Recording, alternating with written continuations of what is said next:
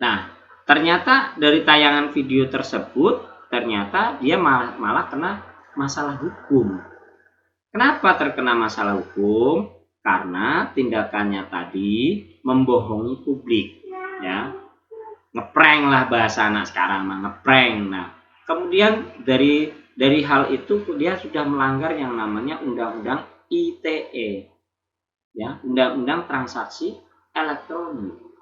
Kemudian dia dipenjara. Bukan penghargaan yang dia dapatkan, tapi penjara yang dia dapatkan. Itu dampak negatif. Makanya hati-hati ketika menggunakan teknologi. Kemajuan teknologi itu berdampak negatif atau positif, tergantung kitanya mengarahkannya kemana. Sebagai contoh berikutnya yaitu yang namanya e-sport, olahraga terbaru. Bukan buat gamer-gamer, gamer-gamer bahasanya mah. Orang-orang yang suka main game, anak-anak muda yang suka main game sekarang ini, itu banyak sekali yang namanya orang yang menyukai permainan game. Game istilahnya game dunia maya yang berjejaring sosial. Kalau dulu zaman Mister mah game bot itu main sendiri. Nah sekarang ini bukan, mainnya sama orang-orang lain. Bahkan orang-orang yang ada di luar negeri. Bayangin, jadi satu pekerjaan tersendiri. Banyak atlet-atlet e-sport Indonesia itu yang terkenal di luar negeri, bahkan menjuarai kontes game antar dunia tuh. Itu salah satu dampak positifnya. Tapi juga banyak juga yang salah kaprah dalam permainan game ini.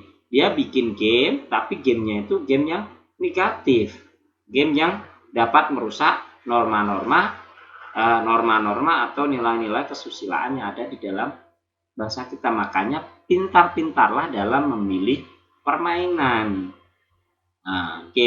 Memilih game ini ya, game online itu harus bagus-bagus, yang bagus, jangan yang bertentangan dengan nilai-nilai kesusilaan, nilai-nilai norma Pancasila kita, nilai-nilai yang ada di dalam budaya dan bangsa kita. Itu kita harus berhati-hati. Makanya banyak sekarang ini anak-anak muda yang saya lihat itu membuat tutorial permainan gitu, kemudian diupload ke YouTube channel ataupun ke media sosial yang lainnya, ya. Kemudian dia berhasil mendapatkan nonton dan mendapatkan, itu positif saja. Tapi ya ingat, yang harus diaring jangan sampai ke yang negatif, jangan sampai game-game yang sifatnya nanti merusak nilai moral bangsa kita. Nah, selain itu juga ada dampak negatifnya lagi, yaitu selain budaya tadi yang tergerus, kemudian isi konten yang dengan kemajuan teknologi ini kemudian mengakibatkan dia berurusan dengan hukum, itu hal-hal yang negatif, ya. Kemudian juga dampak negatif selain itu adalah bagaimana globalisasi itu sekarang ini justru akan menimbulkan yang namanya kerusakan sendi-sendi moral dalam masyarakat kita, karena bebasnya tanpa batasannya sebuah jaringan komunikasi, sehingga kadang itu orang itu lupa akan norma-norma kesopanan, norma-norma kesusilaan. Sama orang yang lebih tua harusnya itu kita sopan dan santun, sekarang dianggapnya sama seperti mereka, ya. Panggilan-panggilan yang harusnya kalau zaman dulu itu manggilnya AA, ya, teteh, sekarang udah nggak ada panggilan seperti itu, diganti nama-nama bro, bray, dan seterusnya. Itu akan menjadikan ya penurunan nilai-nilai terhadap kesusilaan dan kesopanan. Makanya kita selaku generasi yang sekarang ini ada, kita harus mampu menjaga nilai-nilai, norma-norma, sendi-sendi nilai yang ada di masyarakat kita agar selalu tetap terjaga.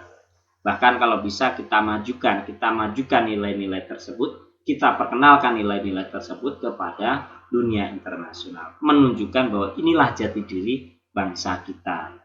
Dan Mister bangga terhadap beberapa konten kreator bangsa kita itu yang telah mengangkat nilai-nilai budaya bangsa kita, seperti Kang Ujang Bustom, itu bagus banget itu tayangannya, ya.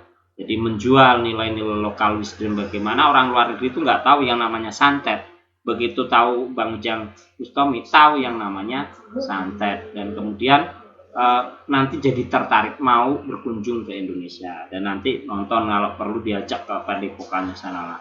Ataupun yang lainnya, konten-konten yang Mas Deddy Corbuzier itu bagus banget tuh podcastnya, itu mengulik tentang pembicaraan-pembicaraan yang terjadi dalam masyarakat. Penontonnya juga banyak orang-orang cerdas lagi yang nonton gitu ya. Nah, itu mungkin itu contoh-contoh dari dampak dan positif dan negatif dari globalisasi. Semoga menjadi wahana keilmuan sendiri bagi penonton semua ya, terutama anak-anak didik Bapak ya. Semoga ini menjadikan suatu hal yang positif ya, menjadikan keilmuan yang positif, menambah bagaimana kita menyikapi tentang globalisasi. Oke, sampai di sini dulu tayangan tentang globalisasi, pembahasan kita tentang globalisasi hari ini. Kita ketemu lagi pada channel-channel berikutnya ya. Sampai jumpa, jangan lupa like and subscribe. Bye.